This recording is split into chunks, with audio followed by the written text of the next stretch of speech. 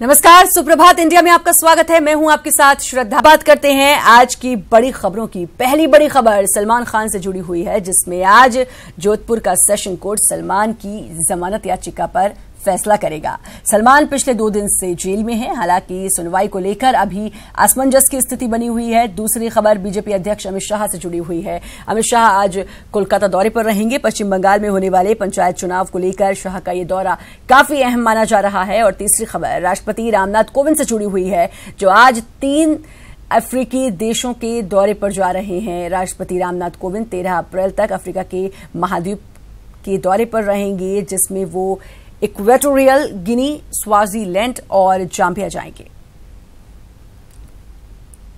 सलमान खान की जमानत याचिका पर आज जोधपुर कोर्ट में सुनवाई होगी, लेकिन इसे लेकर अभी असमंजस की स्थिति हो गई है। देर रात को राजस्थान में एक साथ 87 जजों का ट्रांसफर कर दिया गया। ट्रांसफर होने वाले जजेस में सलमान खान की बेल पर सुनवाई करने वाले जोधपुर सेशंस कोर्ट के जज रविंदर कुमार जोशी भी शामिल हैं।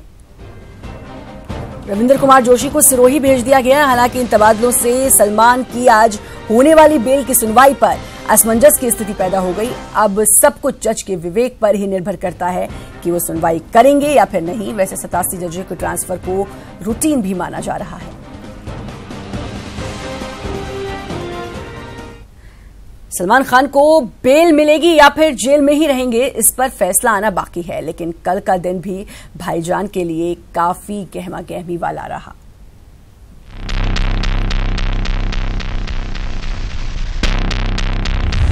कितनी रात जेल में गुजारेंगे सलमान? सलमान को कब मिलेगी जमानत? जी हां, ये सवाल इसलिए क्योंकि सलमान के लिए फ्राइडे का दिन गुड फ्राइडे नहीं हुआ। अब उनको स्वीट सैटरडे का इंतजार है। दरअसल शुक्रवार को सलमान की जमानत के लिए सेशन कोर्ट में याचिका दी गई।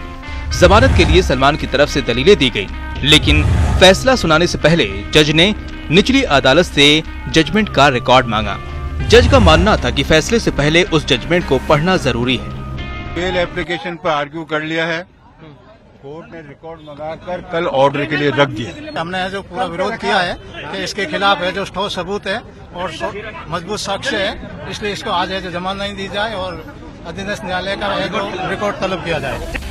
कोर्ट में एक तरफ बिश्नोई समाज और सरकारी वकील ने सलमान की बेल का विरोध किया, तो दूसरी तरफ सलमान का केस लड़ रहे वकील महेश बोड़ा को गैंगस्टर रवि पुजारी के नाम से सलमान का केस छोड़ने की धमकी दी जा रही है। मैंने कल मैसेजेस कुछ रिसीव हुए थे, उसमें उन्होंने धमकी दी थी आप सलमान खान का केस छोड़ दीजिए। ब्लैंक जा रहा है। किसने दी से धमकी? नाम बताया उन्होंने? पता नहीं, कोई पुजारी डॉन करके नाम लिखा हुआ था। SMS क्या दिया था धमकी में? क्या बोला? आप सलमान खान का केस छोड़ दीजिए, अदरवाइज गोली मारेंगे। बता दें कि गुरुवार को राजस्थान के कांकाड़ी गांव में काला हिरन के शिकार केस में सलमान को सीजेएम कोर्ट ने सजा सुनाई थी। कोर्ट ने सलमान को 5 साल की जेल और 10,000 जुर्माने की सजा दी थी। 3 साल से ज्यादा की सजा पर उन्हें बेल के लिए सेशन कोर्ट में अपील करनी पड़ी, जिसके बाद सलमान को न गुरुवार और न ही शुक्रवार को जमानत मिल पाई। ऐसे में सबकी नजर अब सेशन कोर्ट पर टिकी है और सवाल भी उठ रहे हैं, क्या शनिवार को सलमान जेल से बाहर आ जाएंगे? और अगर सेशन कोर्ट से जमानत नहीं मिली तो सलमान क्या करेंगे? इन सवालों के बीच जान लीजिए, सेशन कोर्ट में जमानत अर्जी खारिज होने पर हाई कोर्ट में अपील करनी होगी। सलमान खान सोमवार को ही हाई कोर्ट में अपील कर पाएंगे। ऐसी सूरत में सलमान को शनिवार और रविवार की रात भी जेल में गुजारनी होगी। Bureau report, news 18 network. Real life में बॉलीवुड के भाईजान को तो आपने मददगार के तौर पर देखा ही होगा, लेकिन सलमान खान रियल लाइफ के भी हीरो हैं। आज रूबरू हुई ये भाईजान के रियल लाइफ वाले मददगार रूप से। सब बजरंगी बुलाते हैं। फिल्मों में लोगों की मदद करने वाले भाईजान असल जिंदगी में भी लोगों के मददगार ही हैं। जो भी भाईजान के दर पर आता है वो वहां से खाली हाथ नहीं लौटता। तभी जब आज सलमान खान जेल में है तो वो सभी लोग उनके लिए दुआ मांग रहे हैं जिनकी कभी सलमान खान ने मदद की है। पहले मुंबई के नसीम खान से मिली, जिन्हें मां के इलाज के लिए सलमान खान की ओर से उस दिन मदद मिली जिस दिन सलमान खान को कोर्ट ने जेल भेज दिया। मैं कहूँगा मेरी माँ जो अस्पताल में एडमिट थी और जिनके खर्चा 1,30,000 बताया गया था, मेरे लिए बड़ा मुश्किल था उतना पैसा जुटा पाना।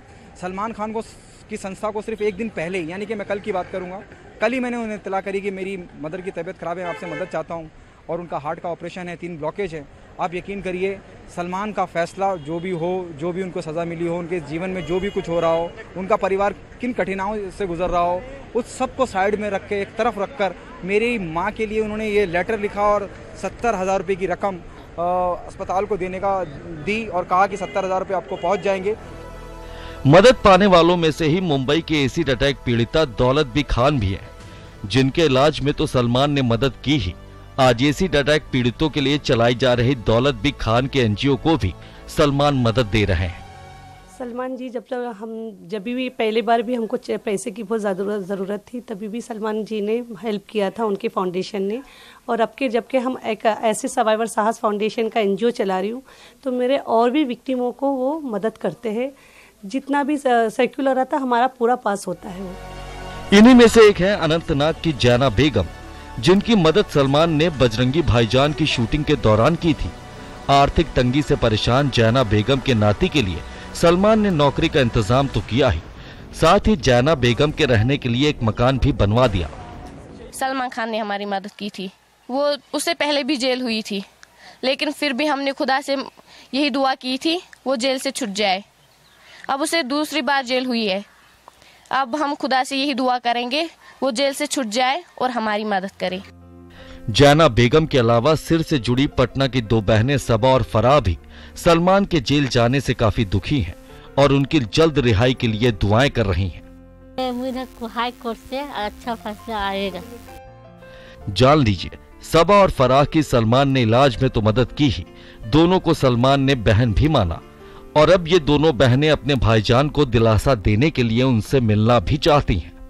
हम भाईजान से लिए मिलने जाए, भाईजान को समझाए, भाईजान कोई टेंशन मत लीजिए, आपकी बहन है, आपको कोई टेंशन है, आपका हम है, आप कोई टेंशन न मत लीजिए। भाईजान से मदद पाने वालों की लिस्ट इतनी ही नहीं है, कई और हैं जिनकी सलमान ने बुरे वक्त में मदद की थी और वो सभी आज सलमान की रिहाई के लिए दुआएं कर रहे हैं। Bureau report, news 18 network.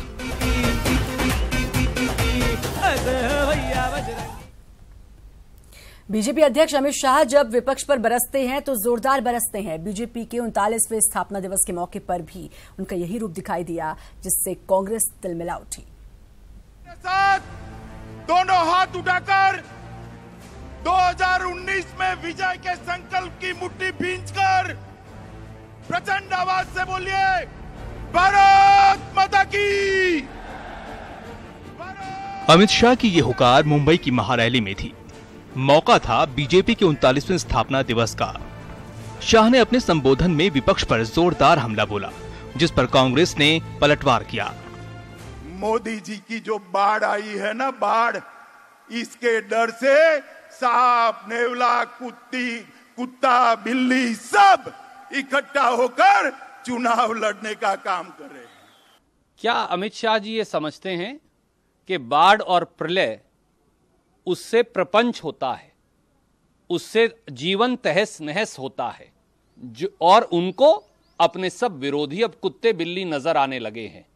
ये एक बौखलाए हुए, छटपटाए हुए और हार का सामना देखकर घबराए हुए नेता की छटपटाहट को दर्शाता है। हालांकि अमित शाह ने विपक्ष की तुलना सांप नेवले से करने पर सफाई दी। मेरा कहने का मतलब यही था कि विचारधाराओं से भी जिनका कोई मेल मिलान नहीं है, इस प्रकार के सारे दल इकट्ठा हुए हैं। मगर किसी की भावना अगर आहत हुई है तो मैं नाम ही देता हूं, जैसे सपा और बसपा, कांग्रेस और तृणमूल कांग्रेस, चंद्रबाबू नायडू और कांग्रेस पार्टी, इस प्रकार के लोग कभी इकट्ठा नहीं आते। रैली में विपक्ष पर हमले को शाह ने आगे बढ़ाते हुए SC/ST रिजर्वेशन पर बीजेपी के स्टैंड को क्लियर कर दिया। वहीं कांग्रेस बीजेपी को दलित विरोधी बता रही है। राहुल जी, पवार साहब, कान खोल कर सुन लो, भारतीय जनता पार्टी कभी रिजर्वेशन को हटाने वाली नहीं है। इतना नहीं, आप हटाना चाहोगे तो आपको भारतीय जनता पार्टी हटाने भी नहीं देगी। मैं पूछना चाहूंगा अमित शाह जी, अगर आप एंटी दलित नहीं हैं तो आपने सुप्रीम कोर्ट में SC/ST कानून को खारिज क्यों होने दिया? अमित शाह का हमला यही नहीं रुका। इस बार संसद सत्र को सत्यानाश करने का भी आरोप विपक्ष पर मढ़ा। विपक्ष ने दंगा कर पार्लियामेंट को चलने नहीं दी, शोर शराबा किया, योजनाबद्ध तरीके से करा। यहाँ शाह ने बीजेपी के स्वर्णकाल को भी नए सिरे से परिभाषित किया और उसके लिए टर्म एंड कंडीशन भी बताए कि भारतीय जनता पार्टी का स्वर्ण काल नहीं है। भारतीय जनता पार्टी का स्वर्ण काल तभी आता है जब ओडिशा, बंगाल और 2019 का चुनाव फिर से भारतीय जनता पार्टी पूर्ण बहुमत के साथ जीते। वैसे तो ये शाह का सियासी स्टाइल है, लेकिन जिस तरह से पिछले कुछ दिनों से विपक्ष बीजेपी पर हमलावर है, ये शाह का उनको करारा जवाब है। Bureau report, news 18 network. Gold Coast Commonwealth Games के तीसरे दिन भारत पाकिस्तान के बीच हॉकी का महामुकाबला खेला जाएगा। गेम्स के दूसरे दिन भारत ने 1 गोल्ड और 1 ब्रॉन्ज जीता।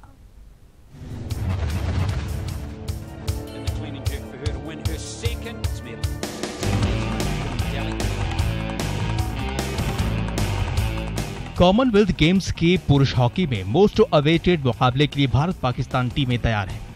एक ऐसे ब्लॉकबस्टर मुकाबले के लिए जिसका दोनों देशों के फैंस ही नहीं बल्कि पूरी दुनिया के हॉकी फैंस इंतजार कर रहे हैं।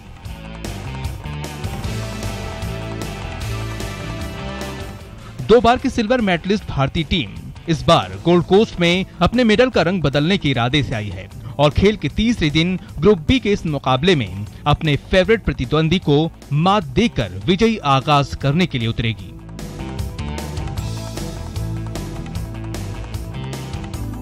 कॉमनवेल्थ में भारत पाकिस्तान के बीच हुए मुकाबलों का रिकॉर्ड देखें तो यहां जीत हार का रेशियो बराबरी का है। दोनों टीमों के बीच अब तक कुल 2 मैच खेले गए हैं, जिसमें दोनों टीमों ने 1-1 मैच जीते हैं।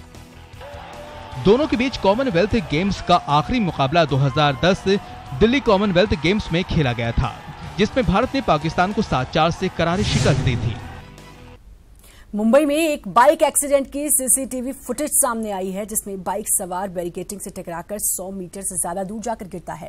ये सीसीटीवी शिंदे कोर्ट के पास की है और बैरिकेड से कुछ आगे पुलिस जीप और पुलिसकर्मी भी दिखाई दे रहे हैं। घटना से पहले ट्रक और एक मारुति कार बैरिकेड को पार करती है। ठीक उसके बाद तेज आवाज के साथ बाइक बैरिकेड और बाइक सवार घिसटता हुआ पुलिस जीप के आगे निकल जाता है। बाइक आगे ट्रक से जाकर टकरा जाती है।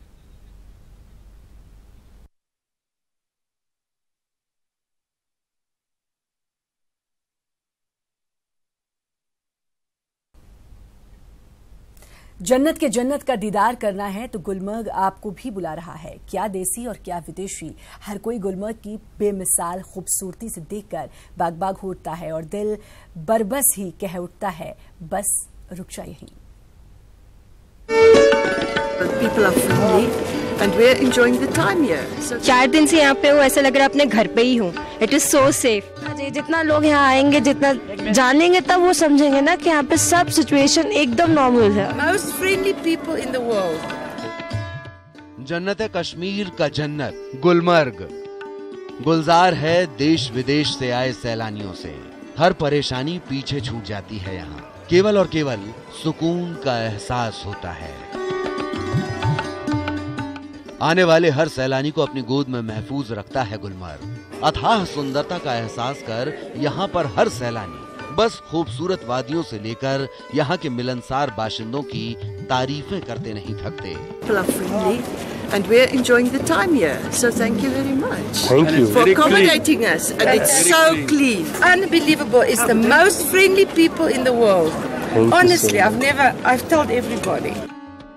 जिधर देखो उधर कुदरत ने गुलमर्ग में नायाब खूबसूरती बिखेर रखी है। सफेद बर्फ से ढके पहाड़, ठंडे पानी की झीलें हर सैलानी को अपनी ओर खींच लेते हैं। सैलानी भी इस खूबसूरती में हमेशा के लिए खुद खो जाना चाहते हैं। दहशतगर्दी के हर दर्द से परे है कश्मीर का गुलमर्ग। किसी भी सैलानी को यहाँ के हालात को लेकर कोई गफलत नहीं। हर सैलानी के लिए यहाँ घर जैसा सुकून और मुफीद माहौल है। सबकी जुबां पर बस एक ही बात, एक बार तो जमीन पर जन्नत का दीदार करने कश्मीर आओ। 4 दिन से यहाँ पे हूँ, ऐसा लग रहा है अपने घर पे ही हूँ। It is so safe. कोई कुछ दिक्कत नहीं, कुछ भी दिक्कत नहीं हुई हमें कहीं पे, कोई भी ऐसा नहीं लगा कि वेरी फैमिलियर, वेरी फ्रेंडली, बहुत अच्छे लोग हैं। गुल मतलब फूल और मर्ग मतलब मैदान होता है, इसीलिए गुलमर्ग को फूलों का मैदान माना गया है। खूबसूरती की वजह से धरती का स्वर्ग कहते हैं। देश के प्रमुख पर्यटन स्थलों में से एक है, समुद्र तल से 2730 मीटर की ऊंचाई पर है। सर्दी के मौसम में भारी संख्या में सैलानी आते हैं। यहाँ पर विश्व स्तरीय गोल्फ कोर्स है। दुनिया के बेस्ट स्कीइंग रिजॉर्ट में इसकी गिनती होती है। बर्फबारी के बाद भारी संख्या में सैलानी स्कीइंग करने आते हैं। गुलमर्ग में एशिया का सबसे ऊंचाई पर बना गंडोला यानी केबल कार है। जब एक ही जगह इतनी सारी खूबियां हों तो भला कौन नहीं दीदार करना चाहेगा। और फिलहाल इतना ही, छोटा सा ब्रेक, लेकिन खबरें लगातार जारी।